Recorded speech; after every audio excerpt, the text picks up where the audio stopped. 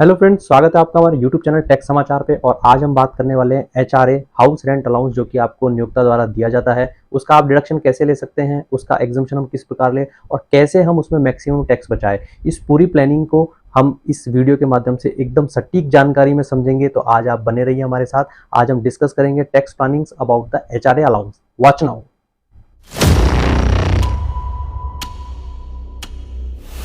अगर आप salaried employee हैं और आपको नियोक्ता से सैलरी के हेड में एचआरए अलाउंस मिलता है, तो आप इस एचआरए अलाउंस को एग्जम्प्ट करा सकते हैं। इसके लिए आपको सर्टेन कंडीशंस को ध्यान रखना होगा। चूंकि एचआरए अलाउंस एक टैक्सेबल एलिमेंट्स है और आईटीआर में यह टैक्सेबल काउंट होता है, किंतु अगर आप रेंट पे रहते हैं आउटसाइड सिटी अथवा जहां भी आप नौकरी करते हैं वहां अगर आप रेंट पे रहते हैं, तो आप इस एचआरए अलाउंस को एग्जम्प्ट करा सकते हैं। इसको एग्जम्प्ट कराने के लिए आपको 3 कंडीशंस को ध्यान देना है। First thing is HRA allowance, जो कि आपने during the financial year receive किया है। सेकंड थिंग, आपने रेंट पेड जो ड्यूरिंग द फाइनेंशियल ईयर किया है उसमें से आप 10% ऑफ बेसिक प्लस डीए को लेस करेंगे। एंड थर्ड कंडीशन इज आपको 40% ऑफ बेसिक प्लस डीए, अगर आप दिल्ली, मुंबई, कलकत्ता, मद्रास में रहते हैं अथवा उनके अलावा किसी और शहर में रहते हैं, तो आपको 50% of basic plus DA calculate करना है।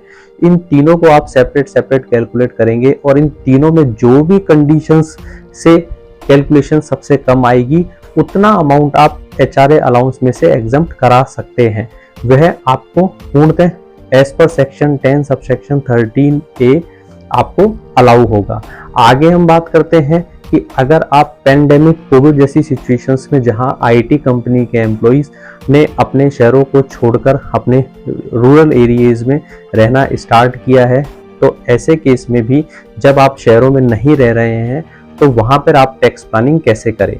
अगर आप अपने गाँव में अपने पेरेंट्स अथवा अपना ग्रैंड पेरेंट्स के साथ रह रहे हैं, वर्क फ्रॉम होम कर रहे हैं, तो ऐसे केस में आपको प्लानिंग करनी चाहिए, क्योंकि आपको एचआरए मिलता है और क्योंकि आपको रेंट पेड देना कंपलसरी है। अगर आपको सेक्शन 10 सबसेक्शन 13A के अकॉर्डिंगली अपने इनकम टैक्स के रिटर्न में एग्जम्पशंस लेना है, तो आपको क्या करना है, अपने पेरेंट्स अथवा ग्रैंड पेरेंट्स जो भी नॉन इनकम एसएससी हैं, जिनके नाम से वह प्रॉपर्टी है, उनको आप चेक के थ्रू बैंक्स में पेमेंट दे। ऐसा करने से उनको रेंट की इनकम मिलेगी और आपके लिए जो सेक्शन 10 सबसेक्शन 13A के accordingly necessary element rent paid करना है वह भी जनरेट हो जाएगा। तो होप सो आप ये प्लानिंग का ध्यान रखें। आगे हम आपको डिस्कस करते हैं कि आपको रेंट पेड करते समय यह ध्यान रखना है कि कब बहुत सारे एम्प्लॉइज जो कि हायर सैलरीज पे हैं वह इसकी टैक्स प्लानिंग बहुत बार करते हैं। यहाँ ध्यान रखें कि आप 50,000 रुपये पर मंथ से ज़्यादा का रेंट पेड प्लानिंग ना करें, क्योंकि अगर आप ऐसा करते हैं तो सेक्शन 194I के अकॉर्डिंगली टीडीएस का प्रोविजन कंपलसरी हो जाता है। इसलिए टैक्स की प्लानिंग आपकी कम रहे, मोस्ट ऑफ 50,000 से कम रहनी चाहिए। एंड साथ ही आपको 2,40,000 सालाना से कम की प्लानिंग ही रखनी चाहिए, क्योंकि 2,40,000 के बाद भी टीडीएस के प्रोविजन एप्लीकेबल हो जाते हैं। किंतु अगर आप ऐसा रेंट इनकम किसी इंडिविजुअल अथवा एचयूएफ को दे रहे हैं जो कि नॉन बिजनेस एसएससी है, तो उस केस में आप 2,40,000 रुपए से ज़्यादा की भी प्लानिंग कर सकते हैं, क्योंकि वहां पर भी टीडीएस के प्रोविजन एप्लीकेबल नहीं होंगे सामान्य कोरिलेशन में। आगे हम बात करते हैं कि अगर आपने रेंट पेड किया है किंतु नियोक्ता द्वारा आपको एचआरए अलाउंस नहीं दिया जा रहा, तो उस केस में क्या करें। उस केस में आपको हेल्प करेगा इनकम टैक्स का सेक्शन 80GG। 80GG वहाँ एप्लीकेबल होता है जहाँ पर नियोक्ता द्वारा आपको एचआरए अलाउंस नहीं दिया जाता, किंतु आपके द्वारा rent paid during the financial year दिया जा रहा है। इस 80GG की कैलकुलेशन करने के लिए भी सर्टेन कंडीशंस दी गई हैं। इन कंडीशंस को आपको ध्यान रखना है।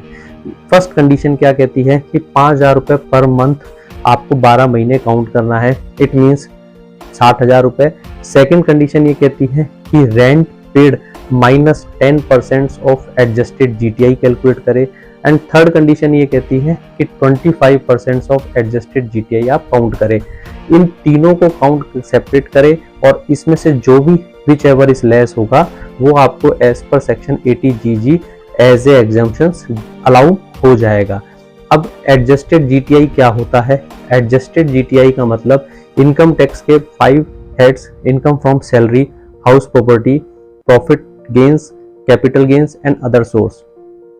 इन सभी से पूरी इनकम को कैलकुलेट करने के बाद exemption under section 80C to 80U जो भी इनकम टैक्स में दिए हुए हैं सभी को कैलकुलेट करते हुए छूट लेने के बाद जो भी नेट टैक्सेबल इनकम होता है उस नेट टैक्सेबल इनकम में से आपको कैपिटल गेन से होने वाली इनकम और एग्जम्प्ट इनकम जो है इन दोनों इनकम को लेस करने से जो फिगर आएगा वह एडजस्टेड ग्रॉस टोटल इनकम होगा जो कि 80GG के कैलकुलेशंस में आपको प्रयोग करेगा। तो ये सभी प्लानिंग आपको ध्यान रखनी है और नट शेल में हम आपको बताएंगे कि अगर आपने HRA रिसीव किया है तो सेक्शन 10 सबसेक्शन 13A के अकॉर्डिंगली आपको प्लान करना है। अगर आप वर्क फ्रॉम होम किसी भी पेंडेमिक अथवा कोविड जैसी सिचुएशंस की वजह से कर रहे हैं तो आपको रेंट पेड की प्लानिंग करनी है अपने पेरेंट्स अथवा ग्रैंड पेरेंट्स के अकाउंट में जिनके नाम से प्रॉपर्टीज है। और अगर आपको HRA सैलरी में नहीं मिलता है तो आपको सेक्शन 80GG के अकॉर्डिंगली टैक्स का प्लानिंग करना है। होप सो ये टैक्स प्लानिंग आपको हेल्प करेगा। आपका ITR भरने का समय आ गया है, इसीलिए आप इस प्लानिंग का प्रयोग करें। होप सो ये वीडियो आपको अच्छा लगे, आप इसे लाइक कर सकते हैं, आप इसे शेयर कर सकते हैं और आप हमारे YouTube चैनल को सब्सक्राइब करें।